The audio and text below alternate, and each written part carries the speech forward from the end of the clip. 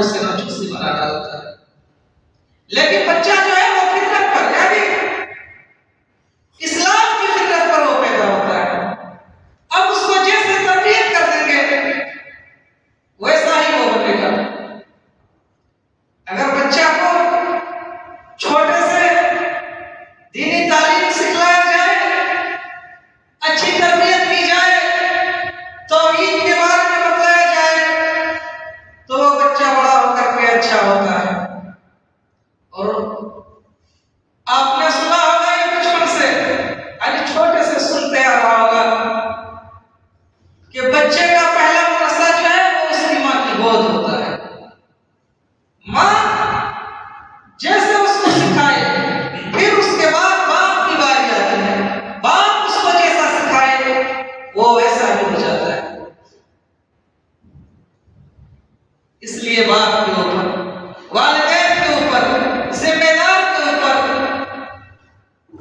جو گھر کا ذمہ دار ہوتا ہے اس کے اوپر یہ ذمہ داری بنتی ہے کہ وہ اپنے گھر والوں کو، اپنے اولاد کو صحیح تربیت کرے، توحید کے بارے میں بتلائے، جہنم اور جنت کے بارے میں بتلائے، جہنم کے عذاب سے ڈرائے. اللہ تبارک و تعالیٰ نے قرآن میں فرمایا یا ایھا الذین آمنوا قوا انفسکم واہلیکم نارا وقودها الناس والحجارہ. اے لوگوں، اے میرے مومن بندو سنو، یا ایھا الذین آمنوا قوا انفسکم واہلیکم نارا وقودها الناس والحجارہ علیہا ملائکۃ غلاظ شداد. اے میرے مومن بندو، تم اپنے آپ کو، پہلے اپنے جان کو، اس کے بعد اپنے گھر والوں کو، اپنے اولاد کو، اپنے اہل عیال کو اس جہنم کی آگ سے بچاؤ جس کا ایندھن، جس کا سلگانے والا، جسے ایندھن بولا جاتا ہے، وہ ایندھن جو ہوگا وہ انسان اور پتھر ہوگا.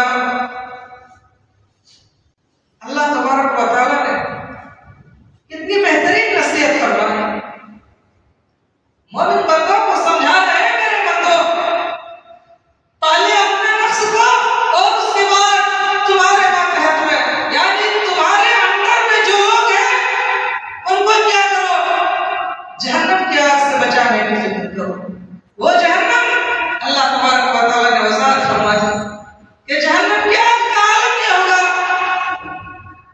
کہ جس کا ایندھن جلاؤ جو ہے وہ انسان اور پتھر کے ہوں. علیہا ملائکۃ غلاظ شداد. وہ جہنم کا عالم یہ ہوگا جس میں بڑے سخت دل فرشتے ہوں گے. ایسا سخت دل فرشتہ، سخت یعنی ایسا دل والا جس کے دل میں دیا نہیں آتا، جس کا دل نرم نہیں ہوتا کسی کی تکلیف کو دیکھ کر کے. علیہا ملائکۃ غلاظ شداد. بڑے سخت دل والے، بڑے سخت مزاج فرشتے مقرر ہوں گے.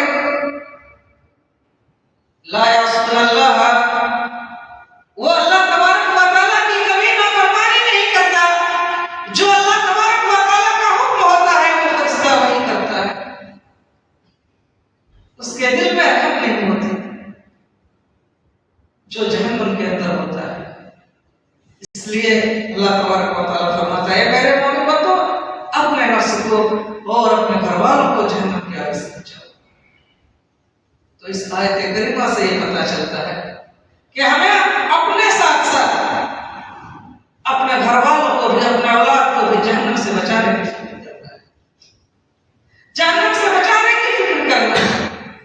آج لوگ خود تو آ کر مسجد میں نماز پڑھتے ہیں، گھر والوں کو کبھی آدمی کو توفیق نہیں ہوتا کہ اپنے بچوں کو نماز کے لیے کہہ دیں. آپ کو جہنم کے اپنے آپ کو جہنم سے بچانے کی فکر میں لگے ہوئے ہیں، لیکن آپ کے گھر والوں کو کون سمجھائے گا؟ بیٹا جو جوان ہو گیا کبھی مسجد میں نہیں آتا ہے، کیا آپ نے کبھی کہا ہے اس کو مسجد میں آنے کو؟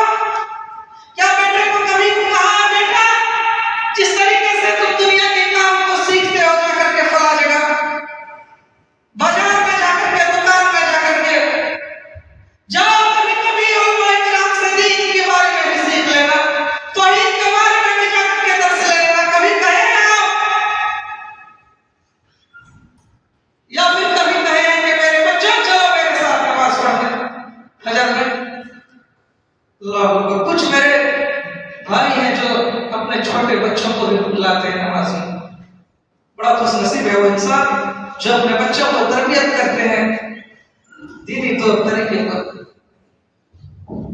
اللہ کے رسول صلی اللہ علیہ وسلم نے فرمایا کہ لوگوں مرو اولادکم بالصلاۃ، اپنے بچوں کو، اپنے لڑکوں کو نماز کا حکم دو، جب وہ 7 سال کا ہو جائے تو اسے نماز کا حکم دو۔ مرو اولادکم وهو ابناء بسنین، جب 7 سال کا ہو جائے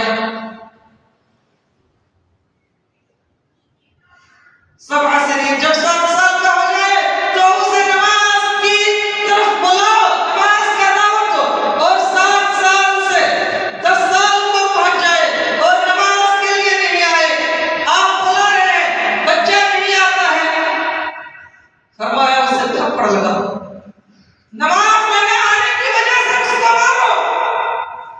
یہ اسلامی طریقہ ہے دوستو، اسے تربیت کہا جاتا ہے، اسے تربیت کہا جاتا ہے۔ ذرا آپ سوچ کر کے دیکھیں، یہ اللہ کے رسول صلی اللہ علیہ وسلم کا فرمان ہے، سوچ کر کے دیکھیں، ہم نے دنیا کے کاموں کے لیے بچوں کو مارا ہوگا، ڈانٹا ہوگا، کام صحیح سے نہیں کرتا ہوگا، دکان کا یا گھر کا آپ نے ضرور تھپڑ لگائے ہوں گے، لیکن کیا کبھی نماز کے بارے میں تھپڑ لگائے ہیں؟ کبھی لگائے ہیں تھپڑ؟ دوستو بچوں کو صحیح تربیت دیں۔ حضرت لقمان حکیم رضی علیہ السلام جس کا تذکرہ قرآن میں آیا ہے، اور دوستو تربیت میں سب سے اول جو ہونا چاہیے وہ توحید اور صدق کے تعلق سے، توحید کو بتایا جائے، رسول اللہ کے رسالت کو بتایا جائے، اور صدق کی قباحت کو، صدق کی گندگی کو بتلایا جائے۔